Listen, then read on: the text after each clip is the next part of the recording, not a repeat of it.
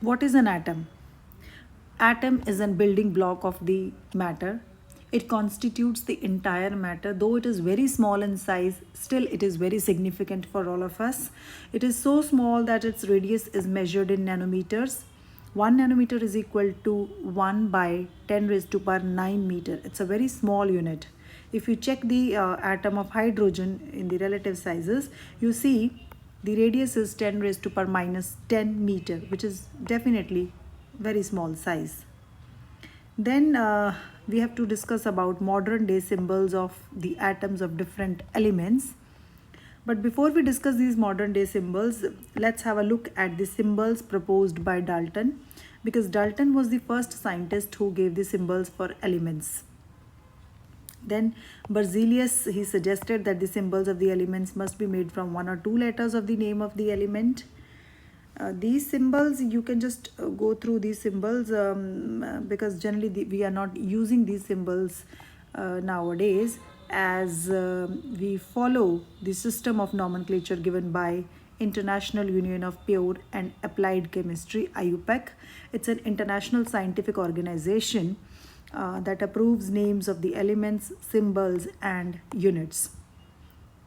And according to the rules, if the symbol of an element has two letters, the first letter of the symbol is always written as a capital letter, uppercase, and the second letter is always written as a small letter, lowercase. Like for example, if the symbol is of aluminium is Al, so it has to be written as Al and not Al.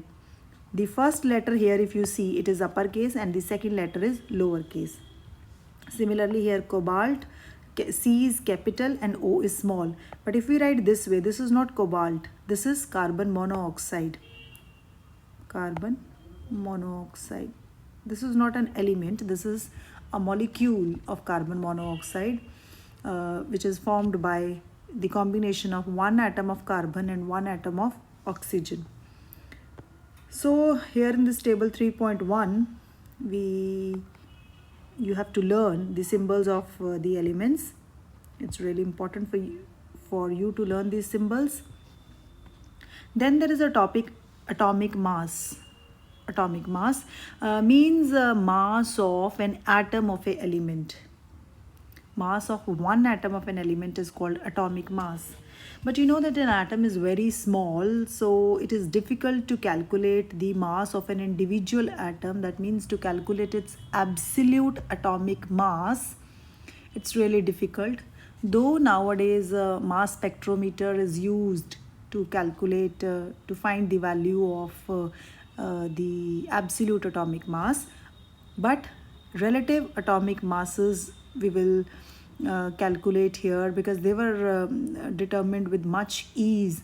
What is relative atomic mass? Like when we calculate, when we find the atomic mass of an atom in relation to, with reference to certain standard. Like for example, if you go to a fruit seller, what they you might have seen that they have a standard weight of say kg, kilogram, 1 kilogram, 500 gram. So they weigh the vegetables and fruits with reference to that standard weight.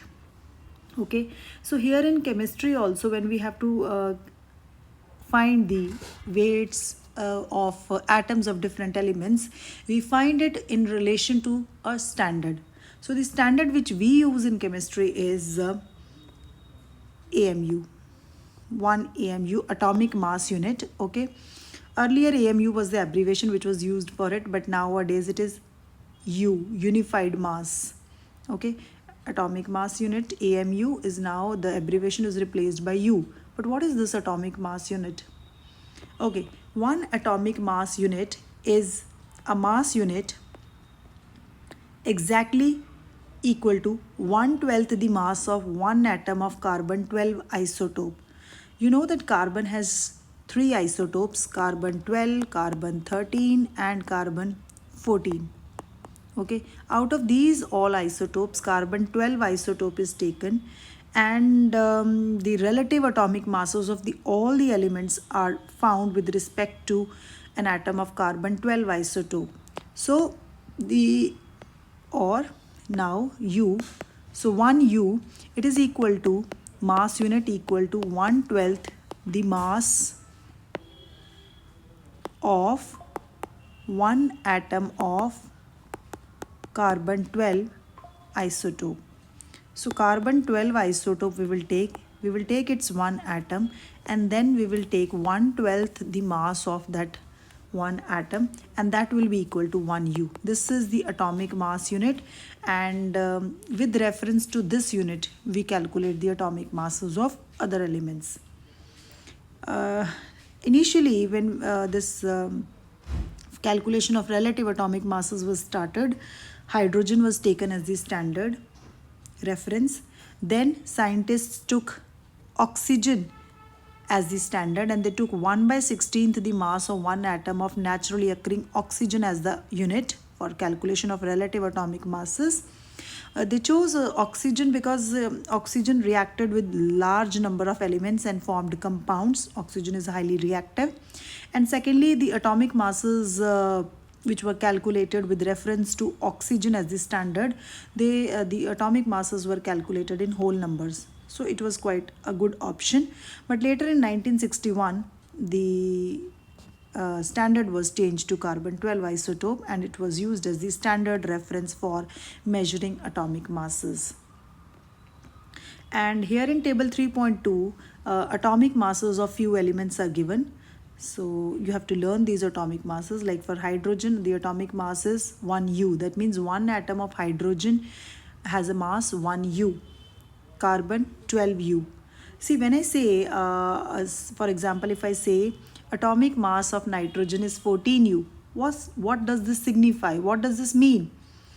Atomic mass of nitrogen is 14 U. It means that 14 into 1 U. This is 1 U is what? This is atomic mass unit which we have seen. So can I say that an atom of nitrogen, this is atomic mass of nitrogen, an atom of nitrogen is 14 times heavier than 1 U, one atomic mass unit. And what is this 1 U? What is this atomic mass unit? This is, of course, 1/12 the mass of one atom of carbon 12 isotope. Okay, so an atom of nitrogen is heavier than this unit, this amount of mass. The atom of nitrogen is 14 times heavier than this amount of mass, that is 1 U. So this is how we can find the atomic masses of different elements with reference to carbon 12 isotope, and these masses signify an atom of a particular element is how much it is heavier than the carbon 12 isotopes atom. Okay, then how do atoms exist? See, you know that atoms of most of the elements, they are not able to exist independently. So atoms, they form aggregates and they form molecules. Atoms form molecules and they form ions. So a bigger unit than an atom, an aggregation of atoms, when atoms combined in a definite ratio, we get molecules. All right, and ions are formed from atoms by loss or gain of electrons. When charges develop on atoms, ions are formed, and molecules are formed when atoms, a group of atoms combine with each other chemically, then molecules are formed.